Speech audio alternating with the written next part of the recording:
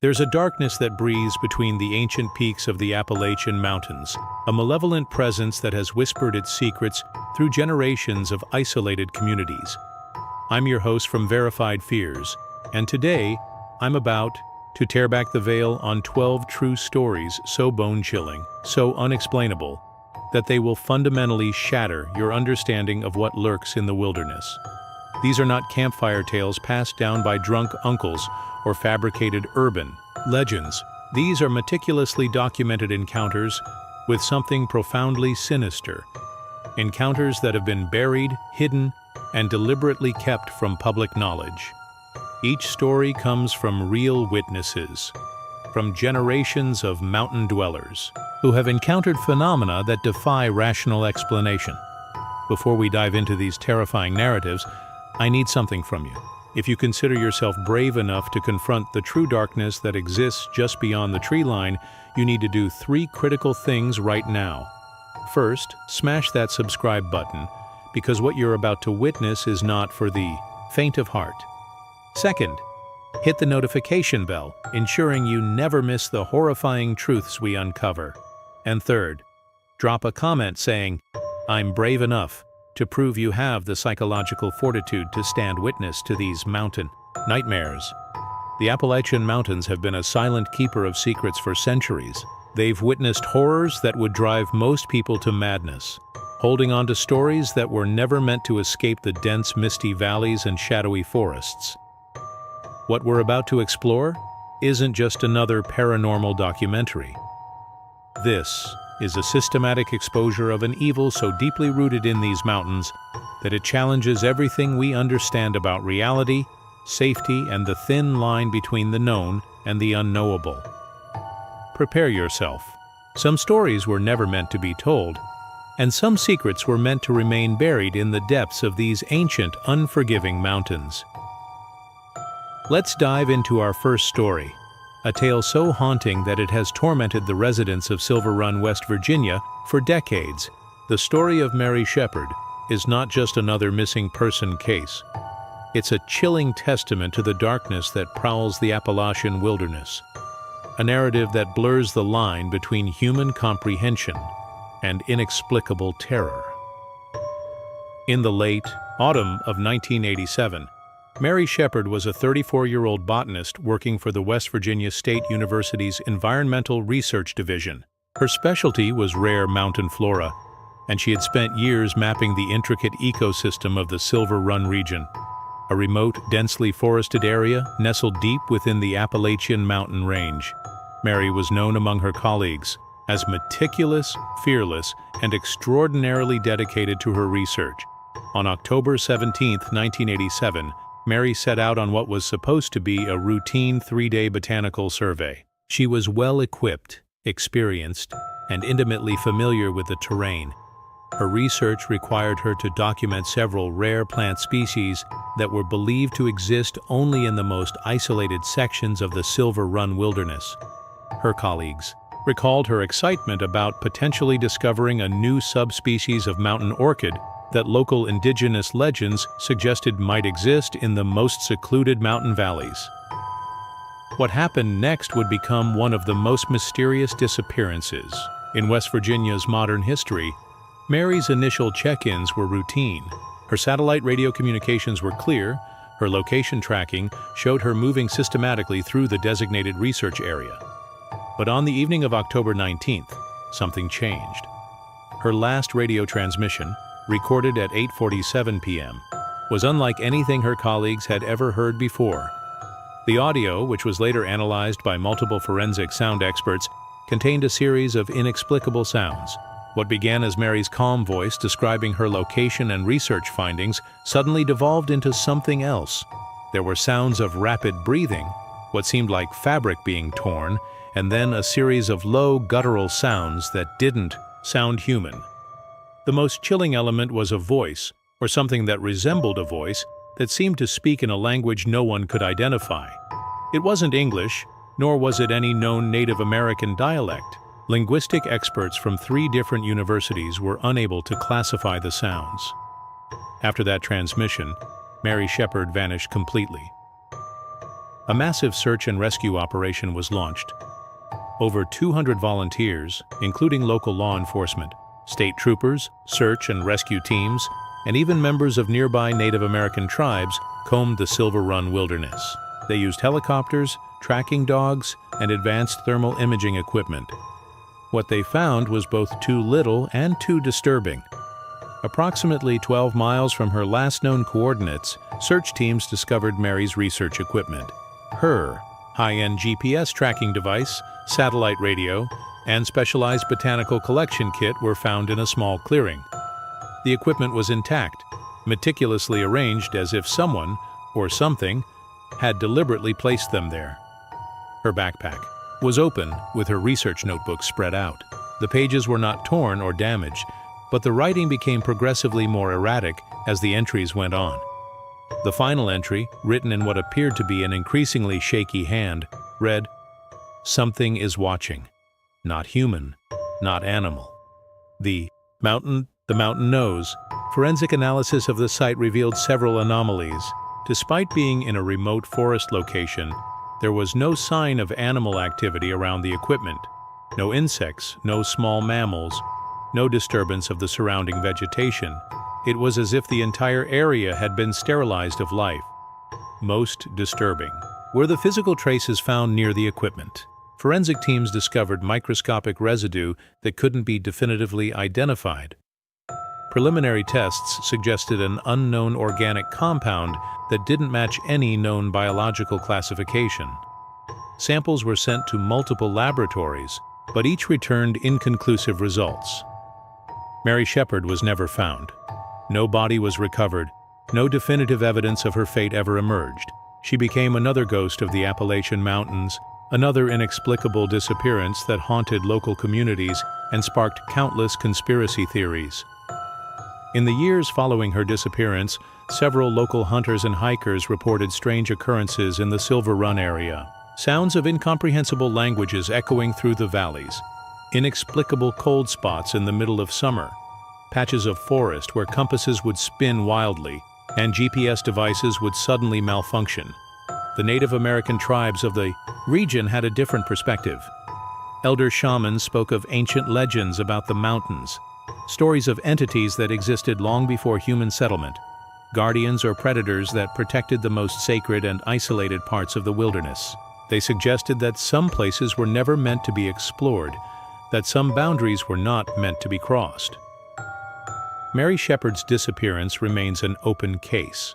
Her family has never found closure, and the mystery continues to draw researchers, paranormal investigators, and curious adventurers to the Silver Run wilderness.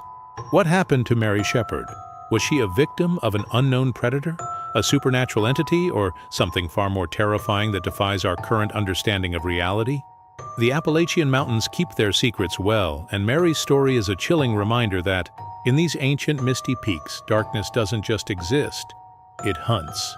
Let's dive into our second story, a terrifying tale that has haunted the small town of Point Pleasant, West Virginia, for decades. This is not just another urban legend, but a meticulously documented series of events that would, fundamentally, challenge everything we understand about reality, prophecy, and the thin boundary between our world and something far more sinister. The story begins on a crisp November evening in 1966, when two young couples drove along a quiet road near the abandoned World War II TNT area outside Point Pleasant. Roger and Linda Scarberry and Steve and Mary Mallett were ordinary working-class couples enjoying a night drive, completely unaware that they were about to become central figures in one of the most chilling supernatural encounters in American history. As their car approached the abandoned munitions plant, they noticed something that would forever change their lives. Perched near an old generator building was a creature that defied all rational explanation. Standing nearly 7 feet tall, it was humanoid, but distinctly not human. Large, reflective red eyes burned like hot coals in a face that seemed to shift and blur at the edges.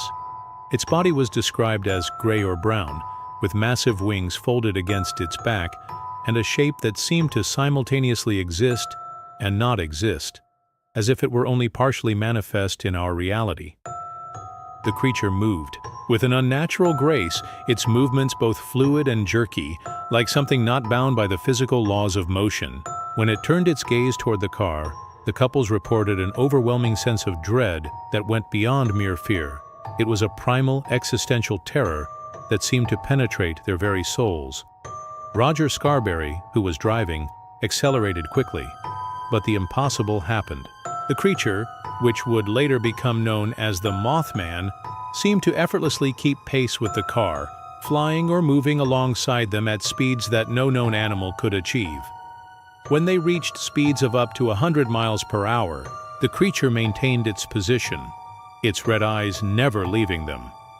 This initial encounter would be just the beginning of a series of increasingly horrifying events that would transform Point Pleasant into ground zero for one of the most documented paranormal phenomena in American history.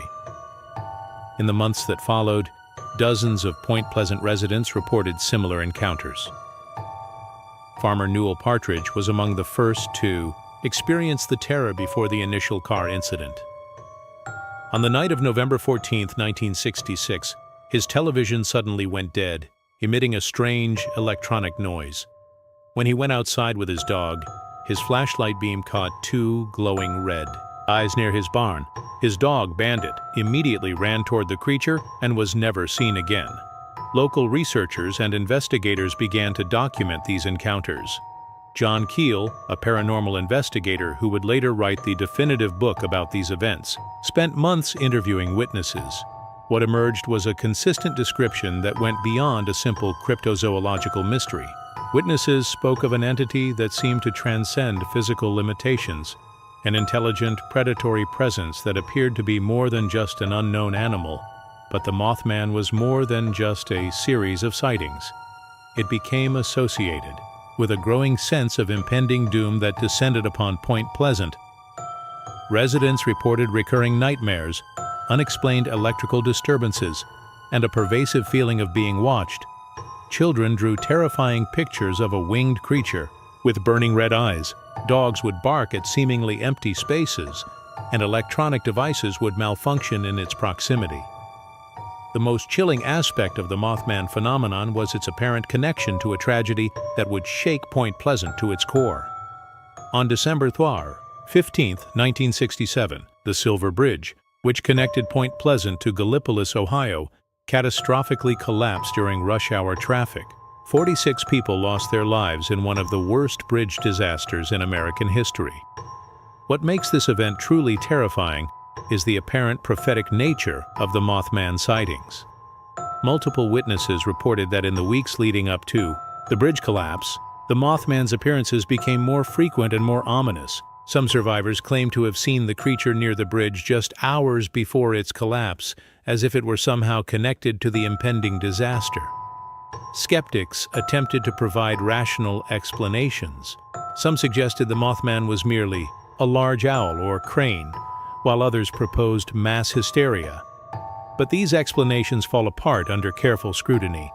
The consistency of the witnesses' accounts, the physical evidence, and the documented electrical and technological anomalies surrounding the sightings defied simple dismissal. Native American elders from local tribes offered a different perspective. They spoke of ancient mountain spirits, beings that existed between our world and another, entities that could appear as warnings or harbingers of significant events. These were not mere animals, but intelligent supernatural guardians or messengers that appeared during times of great collective trauma. Decades of research have not diminished the mystery. If anything, time has only deepened the enigma. The Mothman became more than a local legend. It transformed into a symbol of the unknown, a reminder that our understanding of reality is far more limited than we believe.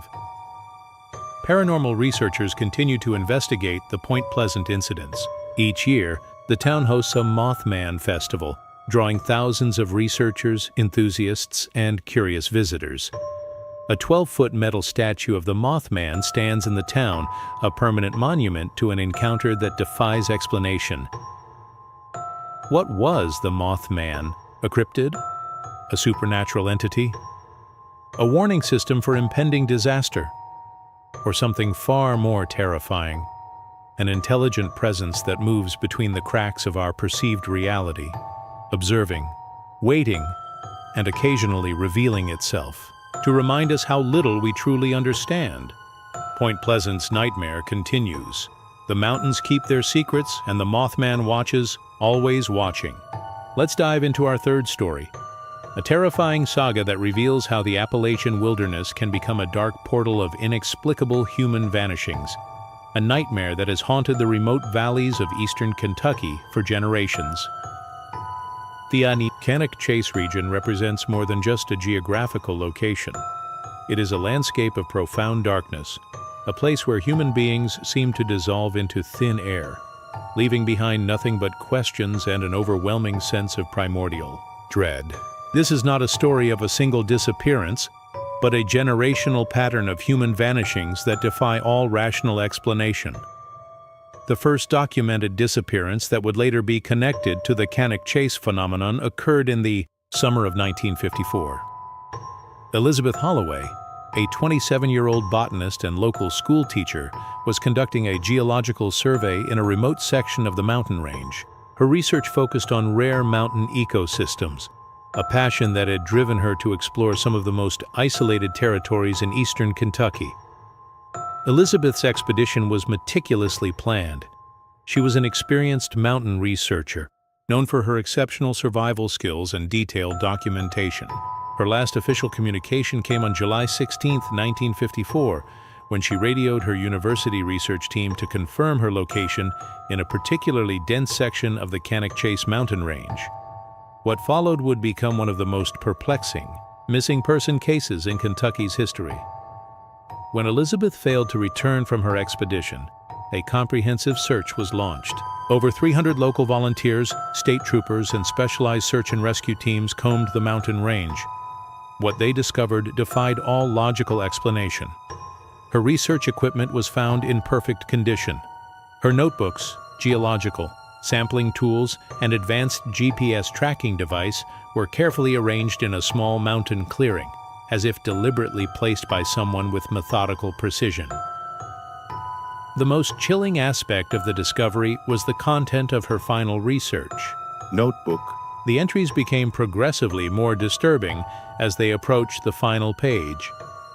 Her typically precise scientific handwriting devolved into frantic, almost illegible scrawls. The last entry, written in what appeared to be a state of extreme psychological distress, read, "Something watches. Not human. The mountain breathes. We are not alone." But Elizabeth Holloway was just the beginning. Over the next 4 decades, the Cannock Chase region would become a nexus of unexplained disappearances. Between 1954 and 1998, no less than 17 individuals would vanish without a trace in this specific mountain territory. Each disappearance followed an eerily similar pattern. Experienced outdoor professionals, individuals intimately familiar with mountain terrain, would simply cease to exist.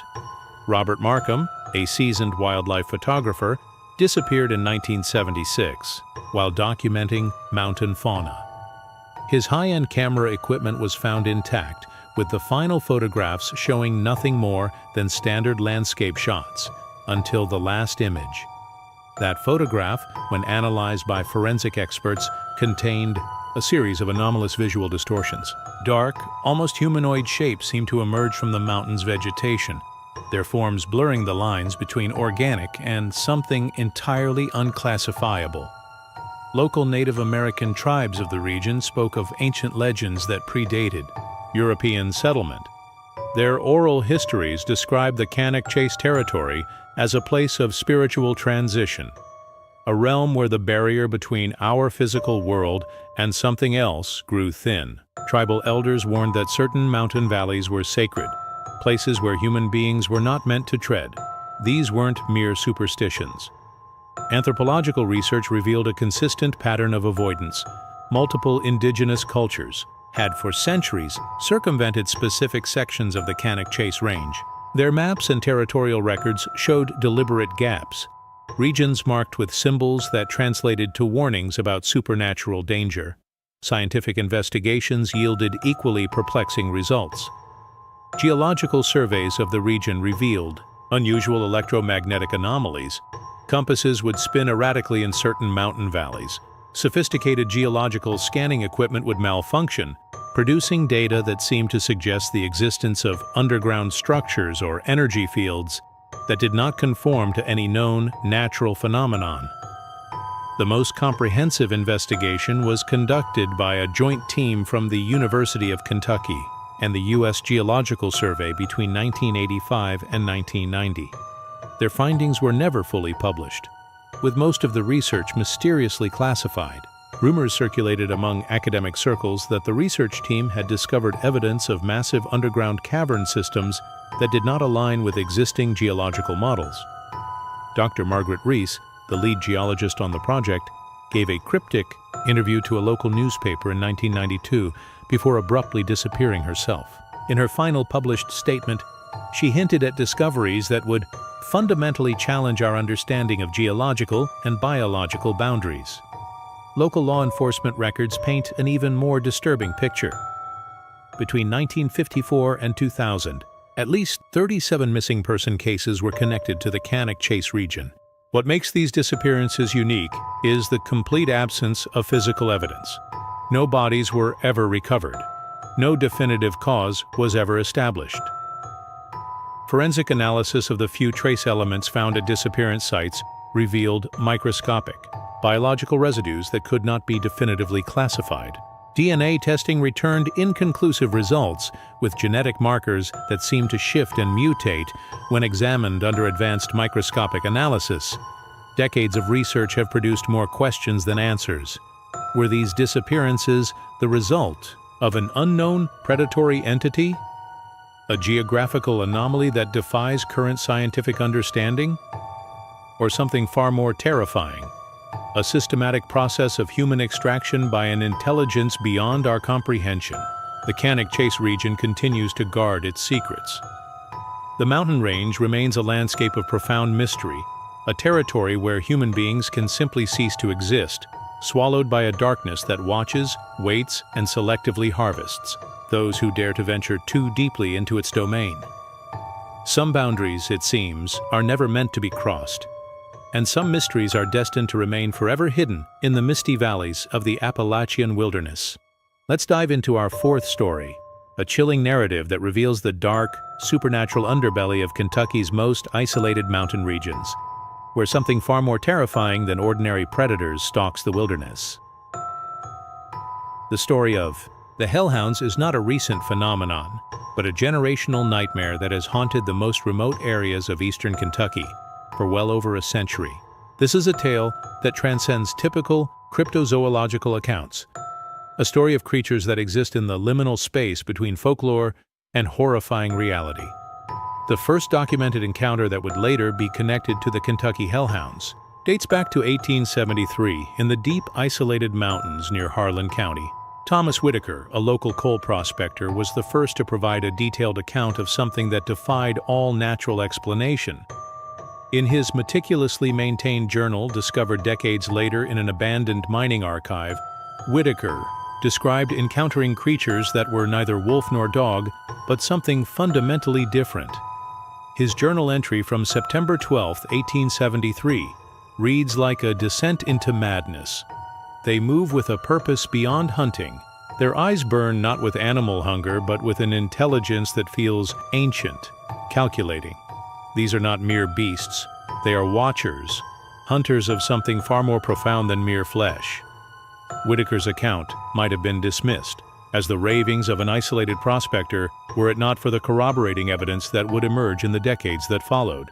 Local Native American tribes of the region had long spoken of spirit guardians that took the form of massive spectral canines, entities that protected sacred mountain territories and punished those who violated their domain. The most comprehensive documentation came from a series of encounters in the 1940s and 1950s, a period that would become known among local researchers as the Dark Decade of Hellhound sightings. Harold Matthews, a World War II veteran turned forest ranger, compiled an extensive record of encounters that would challenge everything known about wildlife behavior. Matthews documented multiple incidents where these creatures appeared during moments of extreme human vulnerability. Hunters would report being stalked by massive, shadowy canines that moved with an impossible grace, creatures that seemed to materialize from the mountain mist and disappear just as quickly. These were not simple predatory encounters, but something far more complex.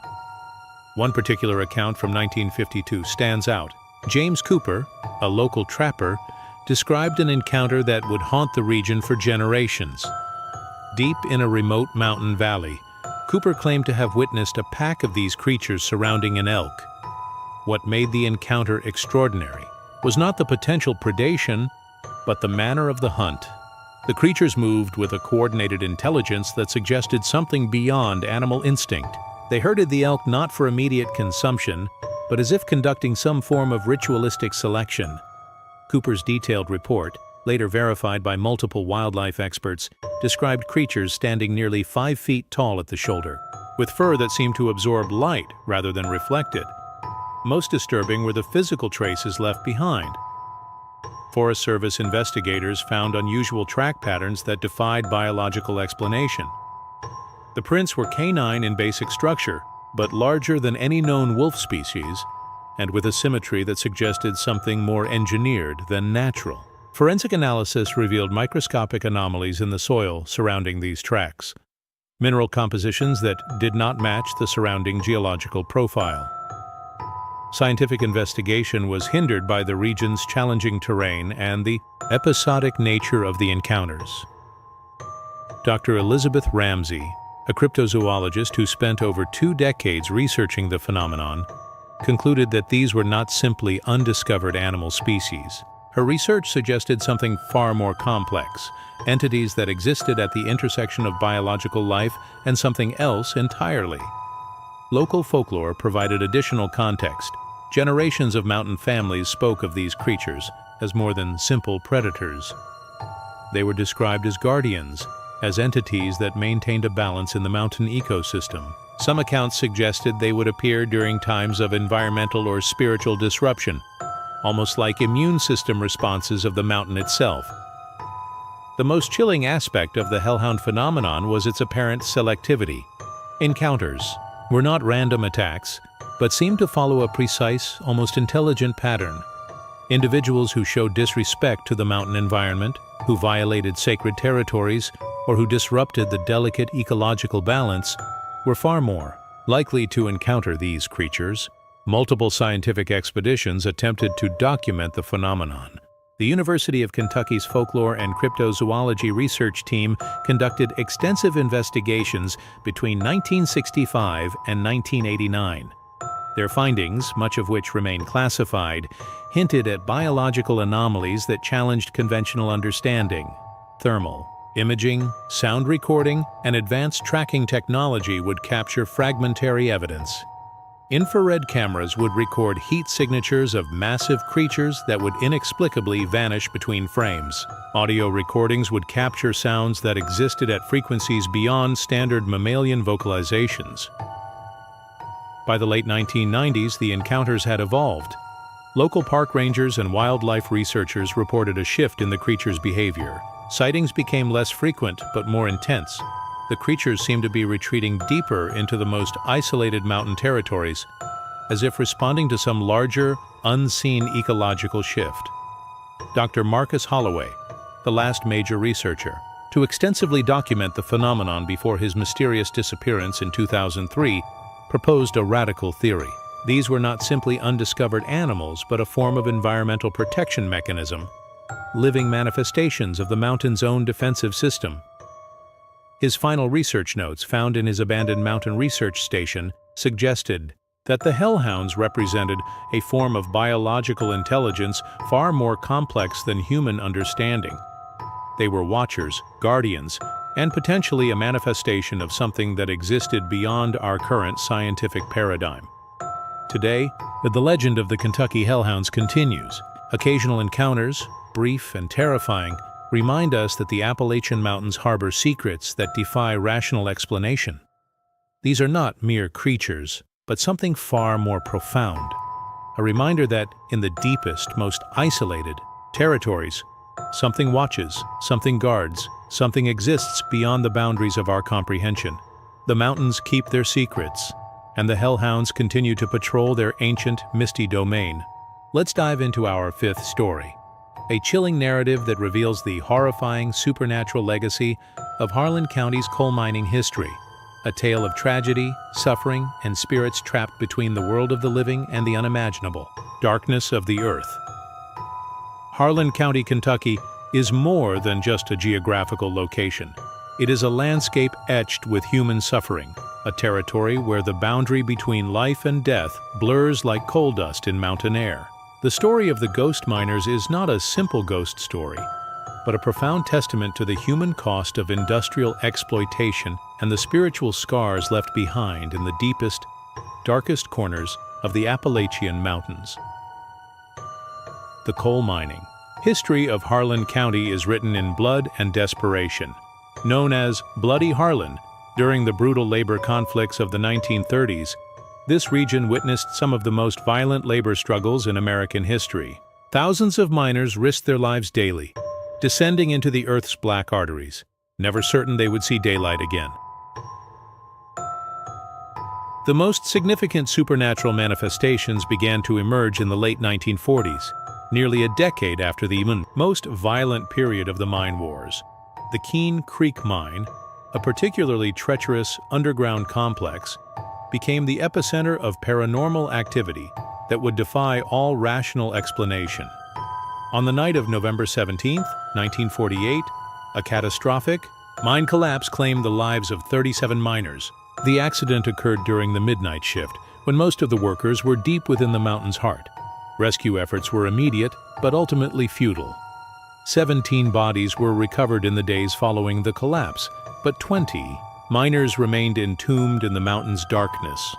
What followed was not just a mining tragedy, but the beginning of a supernatural phenomenon that would haunt Harlan County for generations. The first significant paranormal reports came from rescue workers and surviving miners. They spoke of sounds that came from within the sealed mine shaft, not just the expected settling of rock and debris, but distinctly human sounds, whispers, distant conversations, the unmistakable sound of pickaxes striking rock. Jacob Harrison, the lead rescue coordinator, documented these experiences in a series of journals that would later become crucial evidence for paranormal researchers. His entries from the weeks following the collapse revealed a mounting sense of psychological terror. "The mountain breathes," he wrote on December 3, 1948. "Not with wind, but with something else. The voices, they're not echoes, they're conversations." Geological surveys of the Keene Creek mine revealed anomalies that defied scientific explanation.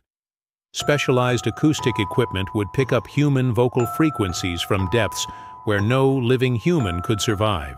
Thermal imaging showed heat signatures that resembled human body temperatures in areas completely sealed off from the surface. The local community became divided. Some dismissed the reports as grief-induced hallucinations. Others recognized something far more profound was occurring. Native American tribes with deep roots in the region offered a different perspective. Their ancestral stories spoke of mountain spirits, beings that could become trapped between worlds, especially in places of profound human suffering. Dr. Eleanor Rodriguez, a paranormal researcher who spent over 2 decades investigating the Harlan County phenomenon, compiled the most comprehensive documentation. Her research revealed a consistent pattern of supernatural manifestations that went far beyond simple ghost sightings. Miners working in adjacent, still operational sections of the mountain would report increasingly disturbing encounters. Tools would move by themselves. Conversations would be heard in empty tunnels. Rescue equipment would inexplicably malfunction precisely when attempts were made to investigate the sealed sections of the mine. The most chilling accounts came from miners, who claimed to have direct communication with the trapped spirits. These were not simple ghost sightings, but complex interactions that suggested the miners were not just trapped physically, but spiritually. Thomas McKinley, a third-generation miner who worked at Keene Creek from 1965 to 1982, provided one of the most detailed accounts. During a routine maintenance operation in 1973, he claimed to have made direct contact with the spirits of the trapped miners. His testimony, recorded in multiple interviews and documented by local researchers, described a horrifying spiritual ecosystem existing within the mountain. McKinley spoke of the miners existing in a state between life and death, reliving their final moments repeatedly. They were not simply haunting the mine, they were trapped in a perpetual cycle of their own tragic end. Some seemed unaware they had died, continuing to work as if nothing had changed. Others were acutely aware of their condition and projected a profound sense of despair that could be physically felt by those who entered their domain. Scientific investigations were complicated by the extreme psychological impact of the encounters. Multiple research teams experienced complete mental breakdowns. Psychological evaluations of miners and researchers who spent extended periods investigating the phenomenon revealed unprecedented levels of trauma and dissociation. The most comprehensive investigation was conducted by a joint team from the University of Kentucky and the U.S. Geological Survey between 1985 and 1990. Their findings were never fully published, with most of the research mysteriously classified. Rumors circulated that the team had discovered evidence of a complex spiritual ecosystem that existed within the mountain's geological structure. By the early 2000s, the Keene Creek mine was officially closed, but the supernatural activity did not cease. Local residents continue to report unexplained phenomena. Thermal imaging, audio recordings, and electromagnetic field measurements consistently reveal anomalies that suggest the miners' spirits remain active. Dr. Rodriguez's final research, published posthumously in 2012, proposed a radical theory. These were not simply ghost manifestations, but a form of collective spiritual imprisonment. The miners were trapped not just by rock and darkness, but by the profound human suffering that permeated their existence. Today, the Keene Creek Mine stands as a monument to human tragedy and supernatural mystery. The mountain continues to hold its secrets, the miners continue their endless spectral labor, and the boundary between life and death remains as thin and permeable as coal dust in mountain air. Some boundaries, it seems, are never truly closed, and some stories are doomed to repeat themselves in the eternal darkness beneath the Appalachian Mountains. Let's dive into our sixth story, a chilling exploration of the most enigmatic creature to stalk the dense, misty forests of Southwest Virginia. A phenomenon that challenges everything we understand about wildlife, human perception, and the hidden inhabitants of the Appalachian wilderness.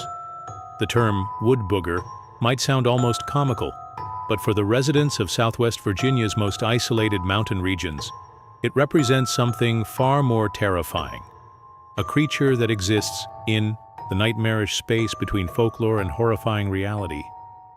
This is not simply another Bigfoot story. This is a systematic documentation of encounters that defy all rational explanation.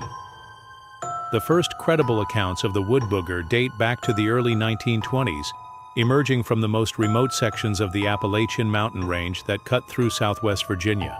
These were not casual sightings by transient hikers or drunk campers, but detailed reports from individuals intimately familiar with mountain terrain. Experienced hunters, forest rangers, and local residents who had spent generations navigating these treacherous landscapes. Thomas Holloway, a veteran forest ranger who served in the region from 1935 to 1968, was among the first to provide a comprehensive, professional account of the creature. His meticulously maintained field journals, discovered in the Virginia State Archives, revealed a pattern of encounters that went far beyond simple wildlife observations. Holloway's first documented encounter occurred on a crisp October morning in 1942. While conducting a routine forest survey in the remote Blue Ridge mountain region, he encountered a creature that defied all biological classification.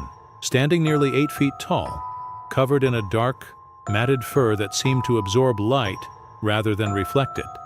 The creature moved with an intelligence that suggested something far more complex than an undiscovered primate species.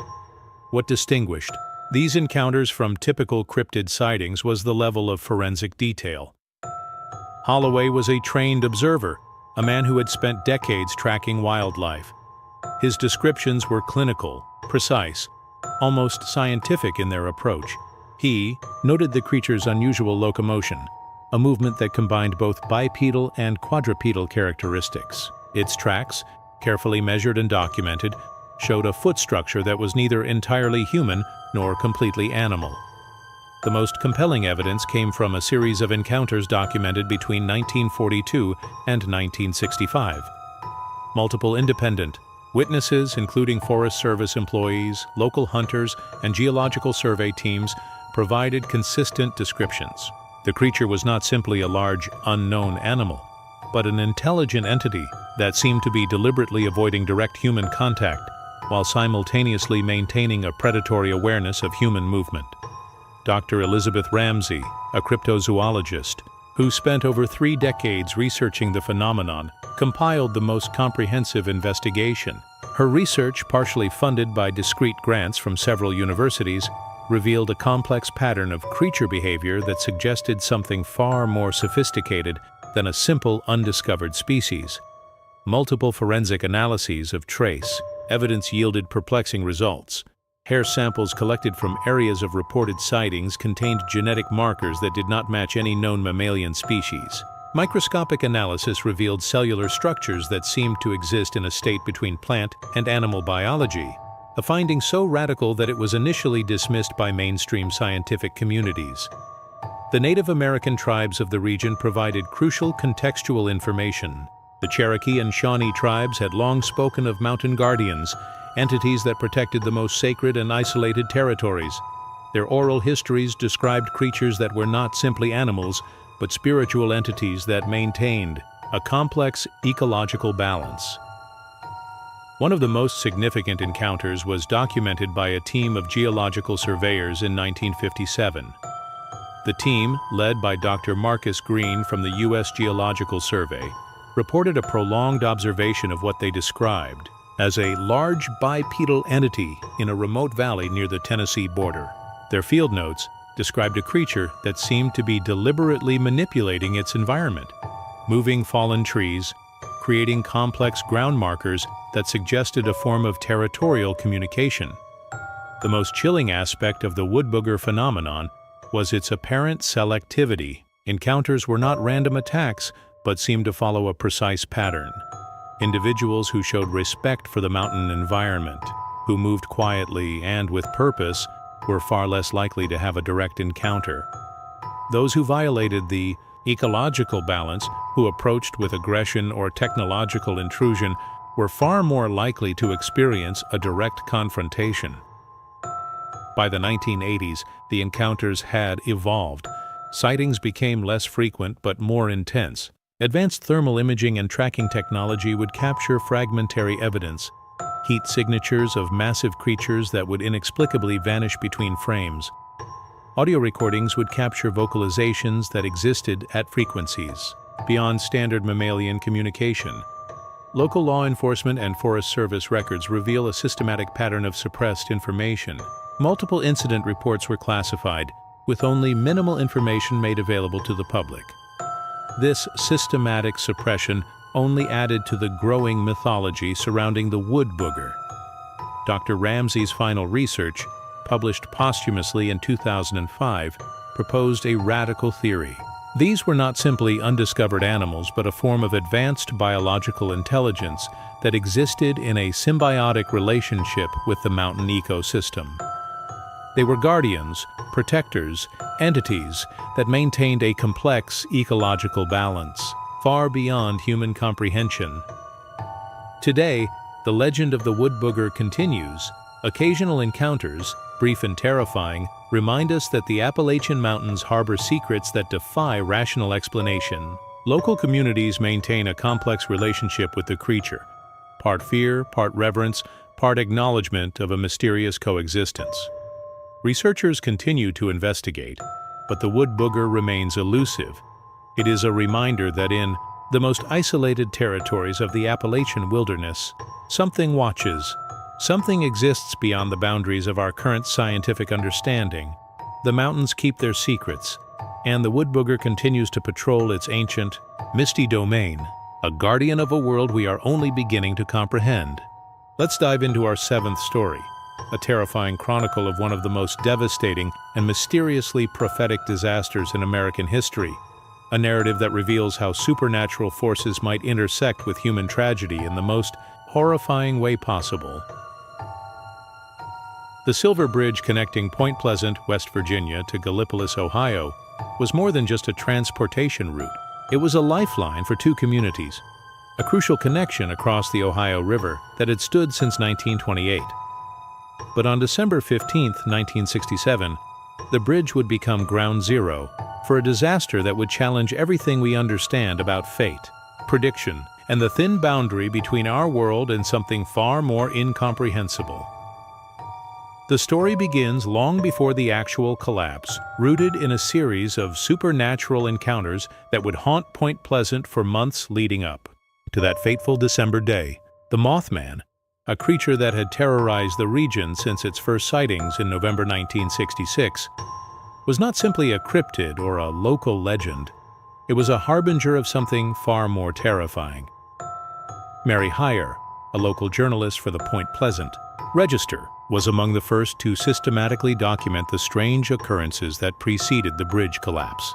Her meticulous notebooks, discovered years after her death, revealed a pattern of encounters that defied rational explanation. Witnesses throughout the region reported increasingly frequent sightings of a massive winged creature with burning, red eyes, the Mothman, in the months leading up to the disaster. These were not simple animal sightings. Multiple independent witnesses described encounters that suggested an intelligent, almost purposeful presence. The creature would appear at critical moments, often near locations that would later be connected to tragic events. Farmers, truck drivers, local law enforcement all provided consistent descriptions of a being that seemed to exist between our understanding of physical reality and something else entirely. The most comprehensive investigation came from John Keel, a paranormal researcher who had embedded himself in the Point Pleasant community during the height of the Mothman encounters. Keel's research went far beyond simple cryptozoological investigation. He documented a complex web of supernatural phenomena that seemed to converge on this specific geographical location. Witnesses spoke of electrical disturbances preceding Mothman sightings. Compasses would spin wildly, electronic devices would malfunction, streetlights would flicker and die. These were not isolated incidents, but a systematic pattern of electromagnetic anomalies that suggested something was fundamentally disrupting the normal physical environment. On the morning of December 15, 1967, these supernatural precursors reached a terrifying crescendo. Multiple witnesses reported intense Mothman activity throughout Point Pleasant and the surrounding regions. Harold Brewer, a local truck driver, claimed to have seen the creature perched on a nearby hillside just hours before the bridge collapse. Its massive wings folded, its burning red eyes fixed on the Silver Bridge. The collapse itself was a nightmare of mechanical failure and human tragedy. At precisely 5:04 p.m., during the evening rush hour, the Silver Bridge suddenly disintegrated. The structure, which had stood for nearly 40 years, simply came apart. 46 people lost their lives as vehicles plunged into the cold waters of the Ohio. River. Forensic investigations would later reveal a complex series of structural failures. A single eye-bar in the suspension system had completely failed, causing a catastrophic chain reaction. But the circumstances surrounding the collapse defied simple mechanical explanation. Survivors and witnesses reported strange phenomena in the moments before and during the collapse. Multiple individuals described seeing a large winged figure near the bridge, not flying, but somehow present. Electronic communication systems inexplicably failed. Radio transmissions became garbled. Emergency response teams would later report communication breakdowns that seemed to defy technical explanation. Dr. Eleanor Rodriguez, a forensic psychologist who spent decades investigating the incident, compiled the most comprehensive psychological analysis of the survivors and witnesses. Her research revealed a consistent psychological profile, a profound sense of being observed, of existing in a moment that felt simultaneously real and unreal. The Native American tribes of the region offered a different perspective. Their oral histories spoke of bridge spirits, entities that could predict and potentially influence massive human tragedies. The Mothman was not simply a creature, but a messenger, a harbinger of collective human suffering. Geological and environmental investigations revealed additional anomalies. The area around the bridge showed unusual electromagnetic signatures. Soil samples contained trace elements that did not match the surrounding geological profile. It was as if the very ground had been fundamentally altered by something beyond standard physical processes. What makes the Silver Bridge incident truly terrifying is the apparent prophetic nature of the Mothman sightings. Multiple witnesses had reported seeing the creature in the months leading up to the disaster, often in locations directly connected to the future tragedy. It was not simply a random cryptid encounter, but a systematic series of appearances that suggested a profound, almost intentional connection to the impending disaster. John Keel's final research, published in his groundbreaking book, The Mothman: Prophecies, proposed a radical theory. The Mothman was not simply a creature, but a manifestation of something far more complex, an intelligent entity that could perceive and potentially influence future events. It was a bridge between our understanding of reality and something far more profound. Decades of research have not diminished the mystery. If anything, time has only deepened the enigma. The Silver Bridge disaster remains one of the most extensively documented supernatural phenomena in American history. Today, a memorial stands near the site of the original bridge, a stark reminder of the 46 lives lost. But for those who understand the deeper story, it is more than just a memorial. It is a warning, a reminder that there are forces in this world that we do not understand, forces that move beyond our comprehension of time, space, and human experience. The Mothman continues to watch. The mountains continue to guard their secrets, and the boundary between our world and something else remains as thin and permeable as the mist that rolls through the Appalachian valleys. Some prophecies are never meant to be understood. Some warnings are delivered in ways we can never fully comprehend. Let's dive into our 8th story, a chilling investigation into one of the most profound archaeological mysteries of the Appalachian Mountains, a narrative that challenges everything we understand about human migration, cultural survival, and the dark secrets hidden within the ancient Blue Ridge mountain range. The story of the lost tribe is not a simple tale of archaeological curiosity. It is a complex, haunting narrative of a people who seemingly vanished from the face of the earth, leaving behind nothing but whispers, fragments, and a profound sense of inexplicable disappearance that has puzzled researchers for generations. First serious investigations began in the early 1920s, when Dr. William Harrison, an anthropologist from the University of North Carolina, discovered a series of unusual archaeological sites deep within the most isolated sections of the Blue Ridge Mountains. These were not typical Native American settlements. The artifacts, architectural remnants, and cultural markers suggested a civilization that existed outside the known historical narratives of indigenous populations in the region. Harrison's initial discoveries were met with profound skepticism. The archaeological community rejected his findings, claiming they were either misinterpreted or entirely fabricated. But Harrison was no amateur. His academic credentials were impeccable, and his documentation was meticulously detailed. The most compelling evidence came from a series of cave systems discovered in 1923. These were not simple dwelling places, but complex underground structures that suggested a sophisticated understanding of geological engineering.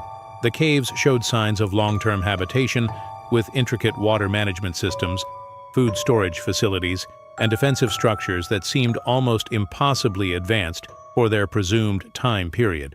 Most disturbing were the artifacts recovered from these sites, ceramic fragments with intricate designs that did not match any known Native American artistic tradition, metal tools made from alloys that did not correspond to any known metallurgical techniques of the time, and most chilling of all, human remains that displayed genetic markers unlike any recorded in the anthropological record. Dr. Elena Rodriguez, a geneticist who conducted extensive research on the recovered genetic material in the late 1990s, made a discovery that would shake the foundations of anthropological understanding. The DNA samples showed a genetic profile that was simultaneously familiar and entirely alien. They were human, but with markers that suggested a long period of isolated genetic development. The most comprehensive investigation was conducted by a joint team from the Smithsonian Institution and several major research universities between 1998 and 2005. Their findings were never fully published, with most of the research mysteriously classified or suppressed. Local Native American tribes provided crucial contextual information. The Cherokee and other indigenous groups spoke of a shadow people in their oral histories, a civilization that existed in the mountains before their own arrival. These were not simple creation myths, but detailed accounts passed down through generations, speaking of a people who lived in perfect harmony with the mountain ecosystem. The most chilling aspect of the lost tribe phenomenon was the systematic nature of their disappearance. It was not a gradual migration or a slow cultural assimilation. The evidence suggested a sudden, complete vanishing that defied all known historical patterns of human population movement. Archaeological sites showed signs of sudden abandonment, fully prepared meals left on tables, complex manufacturing processes interrupted mid-production. It was as if an entire civilization had been instantaneously removed from existence. Dr. Marcus Holloway, the lead archaeologist on the final major investigation, proposed a radical theory. The lost tribe had not simply disappeared. They had been systematically removed by something beyond current scientific understanding. His field notes, discovered after his mysterious disappearance in 2007, suggested the possibility of a mass supernatural event. Geological surveys of the region revealed additional anomalies. The areas where the lost tribe settlements were discovered showed unusual electromagnetic signatures. Soil samples contained trace elements that did not match the surrounding geological profile. It was as if the very ground had been fundamentally altered by something beyond standard physical processes. Local folklore provided additional context. Multi-generational mountain families spoke of strange occurrences in these specific territories. Hunters would report areas where time seemed to behave differently, compasses would spin wildly, electronic devices would malfunction. These were not isolated incidents, but a systematic pattern of environmental anomalies. The most comprehensive genetic analysis, conducted in secret by a team of international researchers, revealed something even more profound. The genetic markers of the lost tribe suggested a period of isolated development that was far longer than any known human population. Some researchers suggested they might have existed in complete isolation for thousands of years, developing biological and cultural adaptations that set them apart from all known human populations. By 2010, most of the initial research had been systematically suppressed. Academic papers were withdrawn, research funding was mysteriously redirected. The few remaining researchers who attempted to continue the investigation found themselves facing professional and personal obstacles that seemed almost deliberately constructed. Dr. Rodriguez's final research, published posthumously in 2015, proposed a theory that bordered on the metaphysical. The lost tribe was not simply a forgotten population, but a civilization that had developed a relationship with the mountain ecosystem so profound that they had essentially become part of the landscape itself. Today, the mystery of the lost tribe continues. Occasional discoveries, a fragment of unusual ceramic, a tool made from an unknown alloy, continue to emerge, but the comprehensive story remains tantalizingly out of reach. The Blue Ridge Mountains continue to guard their secrets. The lost tribe remains lost, a reminder that human history is far more complex, far more mysterious than we dare to acknowledge. Some civilizations are not meant to be found. Some stories are destined to remain forever hidden in the misty depths of the Appalachian wilderness. Let's dive into our ninth story, a chilling exploration of one of the most terrifying supernatural entities in Native American folklore. a legend that transcends simple mythology and reveals a darkness that has haunted the Appalachian territories for centuries. The Wampus Cat is not merely a creature of legend, it is a profound manifestation of cultural trauma, a supernatural entity that represents something far more complex than a simple monster story.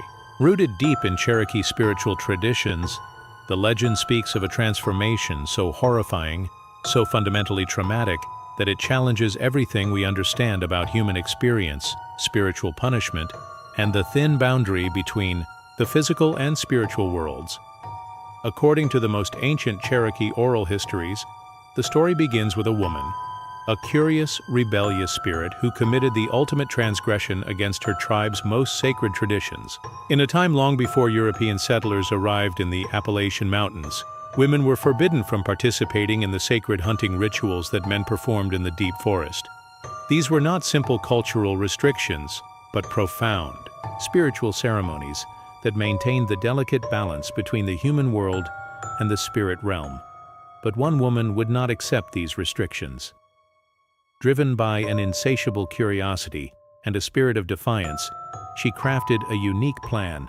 She would create a special mountain catskin mask that would allow her to secretly observe the men's sacred hunting ritual, a ceremony that no woman had ever witnessed. Under the cover of darkness, she carefully prepared her disguise. The mask was crafted with a precision that spoke to her deep understanding of both animal and human nature. As the tribal hunters gathered for their most sacred ceremony, she silently followed, her carefully constructed disguise allowing her to blend into the shadowy forest environment. But the spiritual guardians of the tribe were not so easily deceived. At the moment of her ultimate transgression, when she witnessed the most sacred elements of the hunting ritual, something terrifying happened. The spiritual energy of the forest, the collective ancestral power of the tribe, transformed her. She was not simply punished, she was fundamentally altered at a cellular, spiritual level. The transformation was horrifying. Her body began to merge with the mountain cat skin, becoming neither fully human nor entirely animal. She became the first Wampus Cat, a cursed entity condemned to exist in the most terrifying of liminal spaces, forever trapped between human and animal, between the physical world and the spirit realm. But this was not simply a personal punishment. The curse was generational, a profound spiritual mechanism that would continue to manifest through generations of those who violated the most sacred tribal boundaries.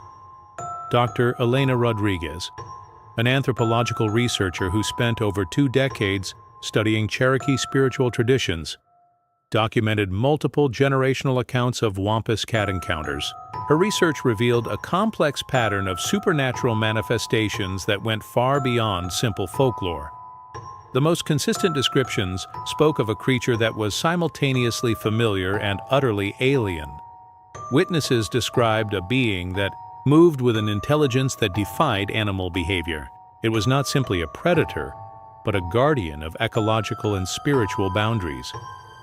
Multiple forensic investigations in the most isolated sections of the Appalachian Mountains have yielded fragmentary but compelling evidence. Unusual track patterns that combine human and feline characteristics. Hair samples that contain genetic markers that defy scientific classification. Trace biological evidence that suggests a form of life that exists outside standard taxonomic understanding. Local law enforcement and park ranger reports from the most remote Appalachian territories provide a consistent narrative. Encounters with the Wampus Cat are not simple animal attacks. They are highly selective, almost intentional interactions that seem to target individuals who have violated specific spiritual or ecological boundaries. James Carter, a park ranger with over 30 years of experience in the Cherokee territories, documented multiple encounters that defied rational explanation. In his meticulously maintained field journals, he described incidents where the creature would appear at moments of profound ecological or spiritual disruption. One particularly chilling account from 1987 described an encounter near an old logging site. A group of workers had been systematically destroying an ancient forest area, violating what local Cherokee elders considered a sacred ecological zone.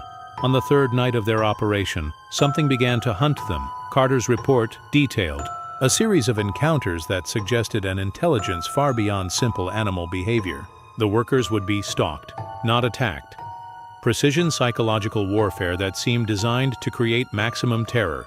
Equipment would be systematically destroyed. Communication systems would fail. And always, just at the edge of perception, something would watch. Genetic research has only deepened the mystery. Dr. Marcus Holloway, a geneticist specializing in cryptozoological investigations, discovered something truly profound. Tissue samples collected from areas of confirmed Wampus cat encounters showed genetic markers that suggested a form of biological adaptation that went beyond standard evolutionary processes. These were not simply undiscovered animal species. These were entities that seemed to exist in a state of constant transformation, adapting to ecological and spiritual disruptions with an intelligence that suggested something far more complex than a simple predatory animal. Native American spiritual leaders offer a different perspective. For them, the Wampus cat is not a monster, but a guardian, a spiritual mechanism that maintains the delicate balance between human communities and the natural world. It is a punishment, yes, but also a form of ecological protection. By the early 2000s, scientific investigations had been systematically suppressed. Research funding would mysteriously disappear. Academic papers would be withdrawn. The few researchers who continued to investigate found themselves facing professional and personal obstacles that seemed almost deliberately constructed. Today, the legend of the Wampus cat continues. Occasional encounters, brief and terrifying, remind us that the Appalachian Mountains harbor secrets that defy rational explanation. Local communities maintain a complex relationship with the legend, part fear, part reverence, part acknowledgement of a mysterious ecological intelligence. The mountains continue to guard their secrets, and the Wampus cat continues to patrol the boundaries between human understanding and something far more profound. Some curses are never meant to be understood. Some guardians exist in ways we can never fully comprehend. Let's dive into our 10th story, a terrifying exploration of a supernatural entity that has haunted the dark corners of Bluefield, West Virginia for generations. This is not simply a ghost story or a local legend. This is a systematic documentation of an encounter with something that exists beyond the boundaries of human comprehension.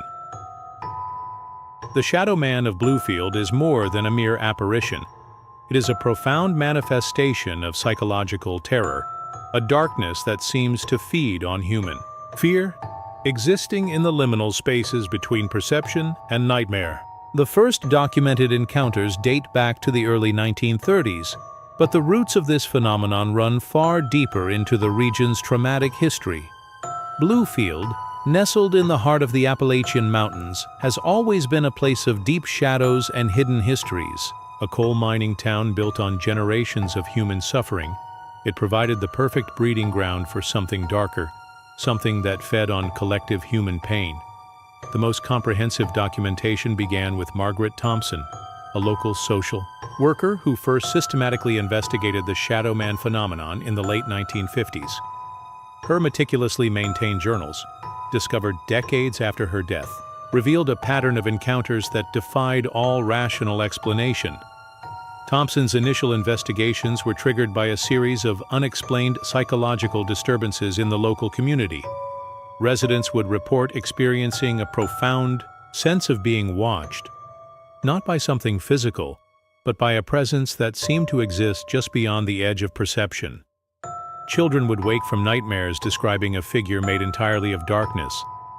Elderly residents would speak of a presence that had haunted their families for generations. The most consistent descriptions painted a chilling picture. The Shadow Man was not a traditional ghost or spirit. Witnesses described an entity that seemed to be made of pure darkness, a three-dimensional absence of light that moved with an intelligence that suggested something far more complex than a simple paranormal manifestation. Dr. Elena Rodriguez, a paranormal psychologist who spent over 2 decades investigating the phenomenon, compiled the most comprehensive psychological profile of the Shadow Man encounters. Her research revealed a consistent pattern of psychological manipulation that went far beyond simple haunting. The encounters followed a precise psychological mechanism. Witnesses would first experience a profound sense of being observed. Electronic devices would malfunction, temperatures would drop inexplicably, and then the Shadow Man would begin its psychological assault. Unlike traditional ghost stories, these encounters were not passive. The entity seemed to actively engage with its victims, targeting their deepest psychological vulnerabilities. Individuals would experience vivid hallucinations that drew from their most profound personal traumas. It was as if the Shadow Man could access and manipulate the very fabric of human memory and perception. Local historical research provided crucial context. Bluefield's history was steeped in generational trauma. The coal mines had claimed countless lives. Labor conflicts had torn communities apart. The town existed as a monument to human suffering, the perfect psychological breeding ground for something beyond conventional understanding. The most chilling documentation came from a series of encounters in the late 1970s and early 1980s. Multiple families reported systematic psychological attacks that seemed to target entire family lineages. It was not simply individual encounters, but a multi-generational phenomenon that suggested something far more complex than a simple haunting. James Carter, a local historian who spent decades documenting the phenomenon, discovered something truly profound. The Shadow Man encounters seemed to be connected to specific geographical locations, areas with deep historical trauma, old mine sites, locations of violent labor conflicts, places where human suffering had been most concentrated. Forensic investigations yielded perplexing results. Locations of repeated Shadow Man encounters showed unusual electromagnetic signatures. Sensitive equipment would malfunction. Compasses would spin wildly. It was as if the very fabric of physical reality became more permeable in these specific locations. Native American tribes of the region provided additional context. Their oral history spoke of shadow entities, spiritual manifestations that fed on human psychological pain. These were not simple ghost stories, but complex spiritual mechanisms that maintained a form of ecological psychological balance. The most comprehensive investigation was conducted by a joint team from multiple universities between 1985 and 1995. Their findings were never fully published, with most of the research mysteriously classified. Rumors circulated that the team had discovered something that fundamentally challenged our understanding of human perception and consciousness. Dr. Rodriguez's final research, published posthumously in 2005, proposed a radical theory.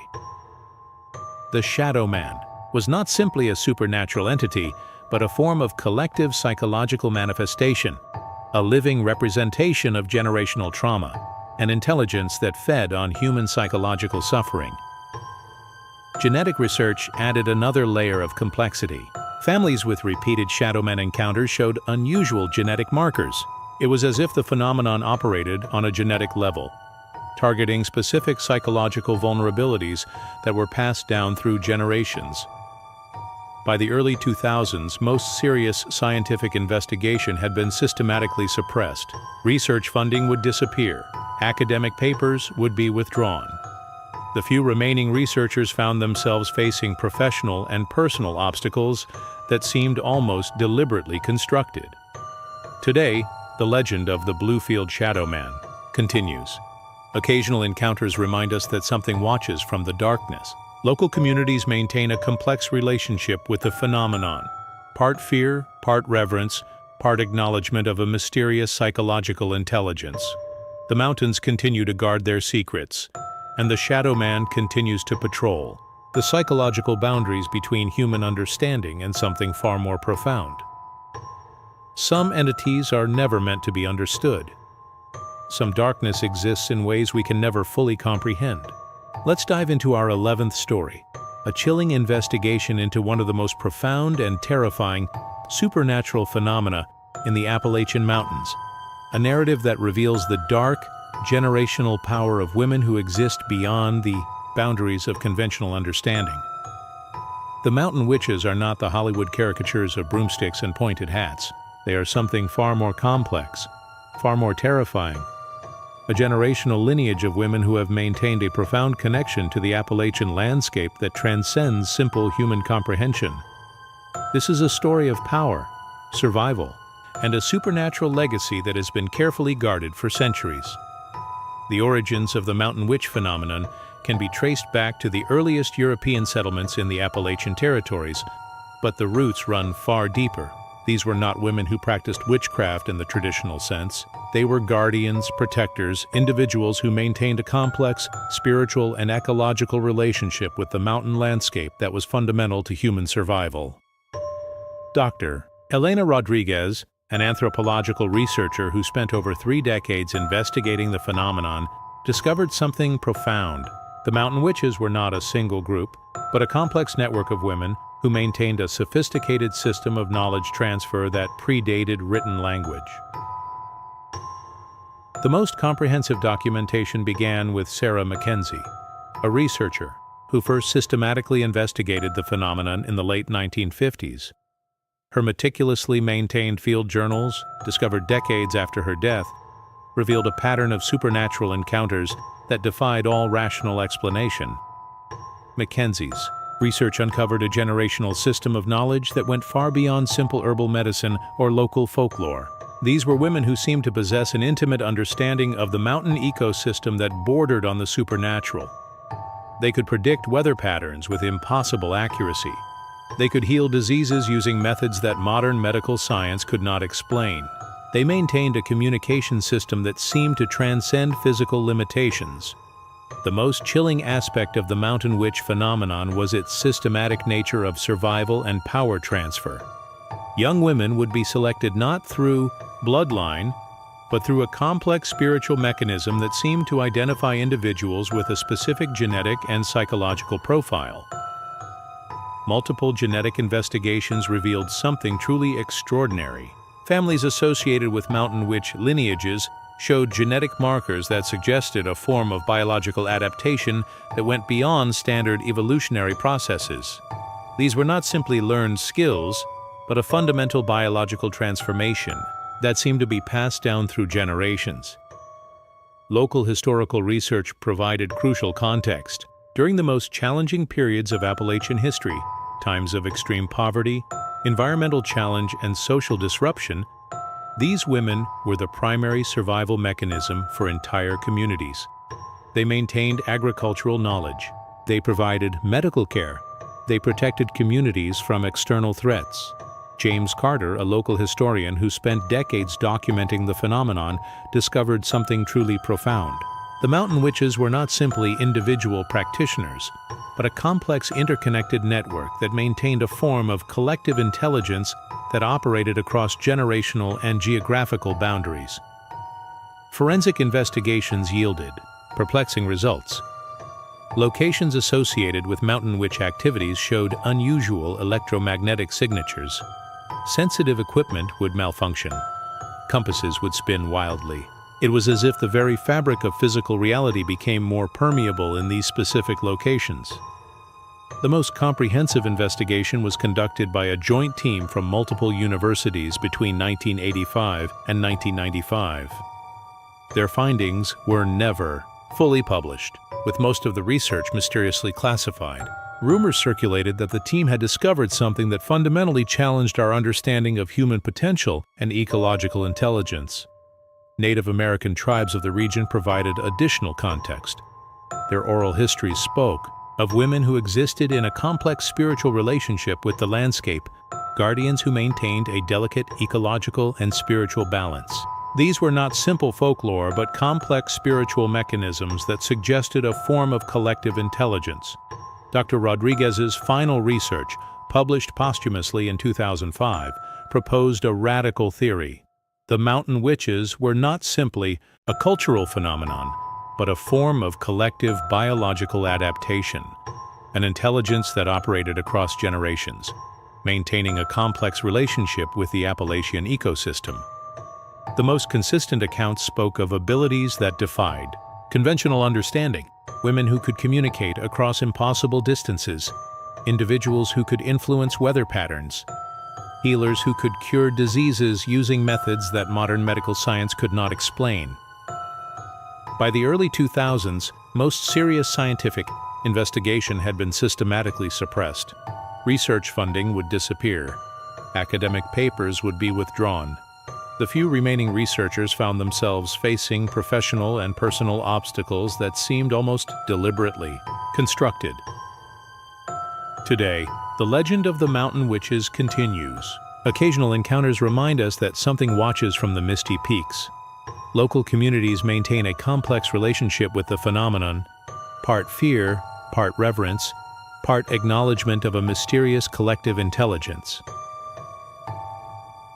The mountains continue to guard their secrets, and the mountain witches continue to maintain their ancient, complex system of power and protection.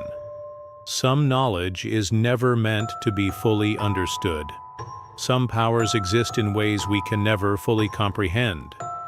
Let's dive into our final story, a terrifying exploration of a location so profoundly supernatural that it defies everything we understand about geographical anomalies, spiritual boundaries, and the dark heart of the Appalachian wilderness.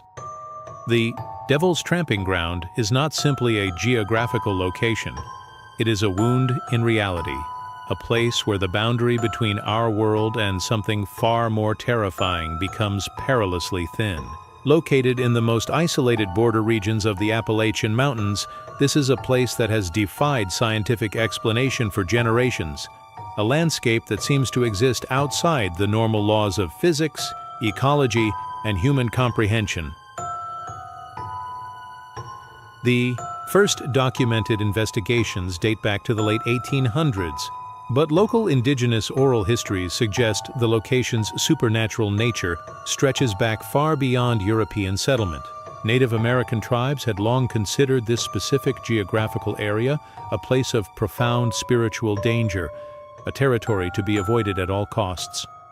Dr. Elena Rodriguez, the most comprehensive researcher to investigate the phenomenon, spent over 3 decades documenting the location's impossible characteristics. Her research, compiled in a series of meticulously maintained field journals, revealed a landscape that seemed to exist in a state of permanent supernatural disruption. The most distinctive feature of the Devil's Tramping Ground is a perfectly circular area of barren land approximately 40 feet in diameter where absolutely nothing grows. No grass, no insects, no microorganisms, just pure, sterile ground that resists all biological activity. Countless scientific investigations have failed to explain this biological dead zone. Geological surveys have yielded results that challenge fundamental scientific understanding. The soil composition within the circle is unlike anything found in the surrounding terrain. It appears to be chemically and structurally inert, resisting all attempts at standard ecological restoration. Plants, deliberately introduced to the area, will wither and die within hours. Seeds will not germinate. Soil samples show a complete absence of the microbial life that is fundamental to any terrestrial ecosystem. But the biological anomaly is only the beginning of the location's supernatural characteristics. Electromagnetic investigations reveal patterns that defy all known physical laws. Compasses spin wildly within the circle. Electronic equipment malfunctions with remarkable consistency. Sensitive measuring devices register energy signatures that cannot be classified using current scientific models. James Carter, a local historian who spent decades documenting the phenomenon, discovered something truly profound. The Devil's Tramping Ground was not simply a geographical anomaly, but a location that seemed to serve as a focal point for supernatural energy.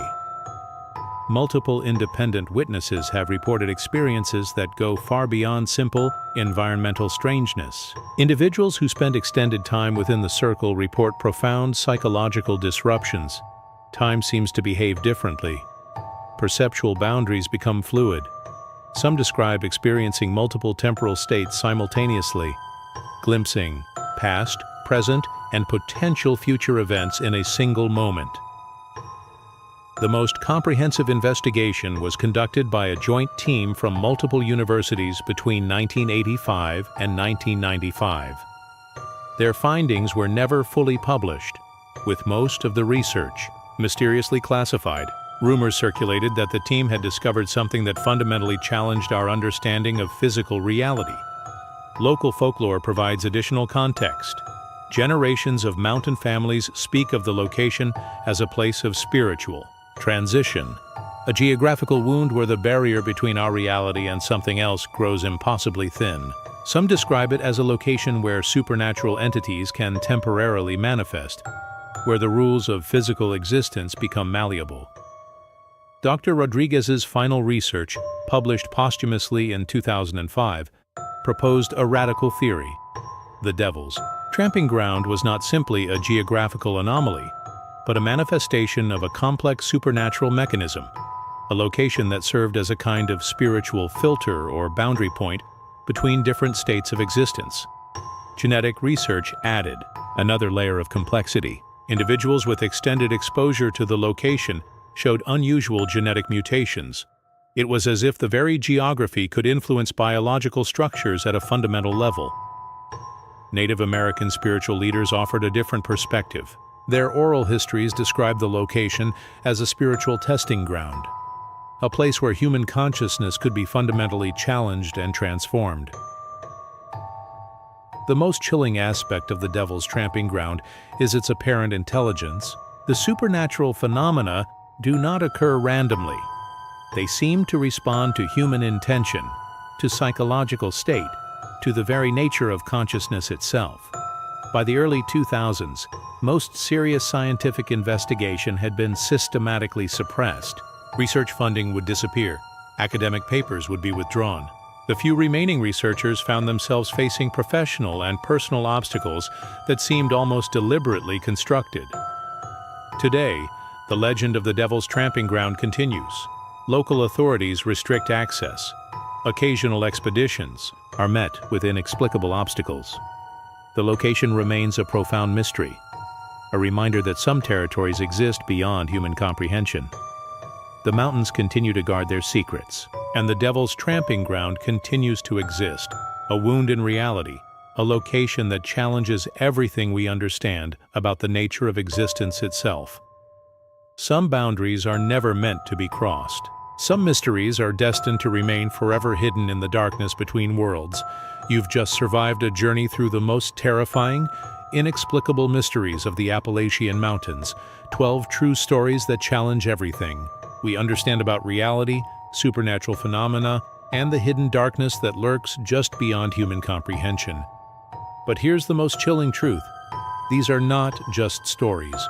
These are documented encounters with something that exists in the shadows, something that watches, something that defies our most fundamental understanding of the world around us. The Appalachian Mountains are not just a geographical location. They are a living, breathing entity, a landscape that guards secrets older than human civilization, that harbors intelligences beyond our wildest imagination. From the Mothman's prophetic warnings to the wood booger's ecological guardianship, from the ghost miner's eternal suffering to the mountain witch's generational power, we've uncovered just a fraction of the darkness that exists in these ancient peaks. But our investigation is far from over. Here's what I need from you right now. Smash that subscribe button. 90% of you watching have not subscribed. These stories are just the beginning. Each subscription ensures we continue exposing the terrifying truths that others are afraid to investigate. Hit the notification bell. The next investigation could reveal something that changes everything we understand about reality. You do not want to miss what's coming. Comment, I survived the 12 Appalachian horrors. Prove you have the psychological fortitude to face these dark truths. Show that you're part of the verified fears community that dares to look into the darkness. Share this video with someone who thinks they're brave enough to handle these stories. Challenge your friends. Test their psychological limits. Spread the darkness. The mountains are watching. The entities we've discussed are not confined to these stories. They exist right now, in the shadows between our understanding and something far more terrifying. Some mysteries are never meant to be fully understood. Some darkness is always waiting. Welcome to Verified Fears. The truth is far more horrifying than you can imagine.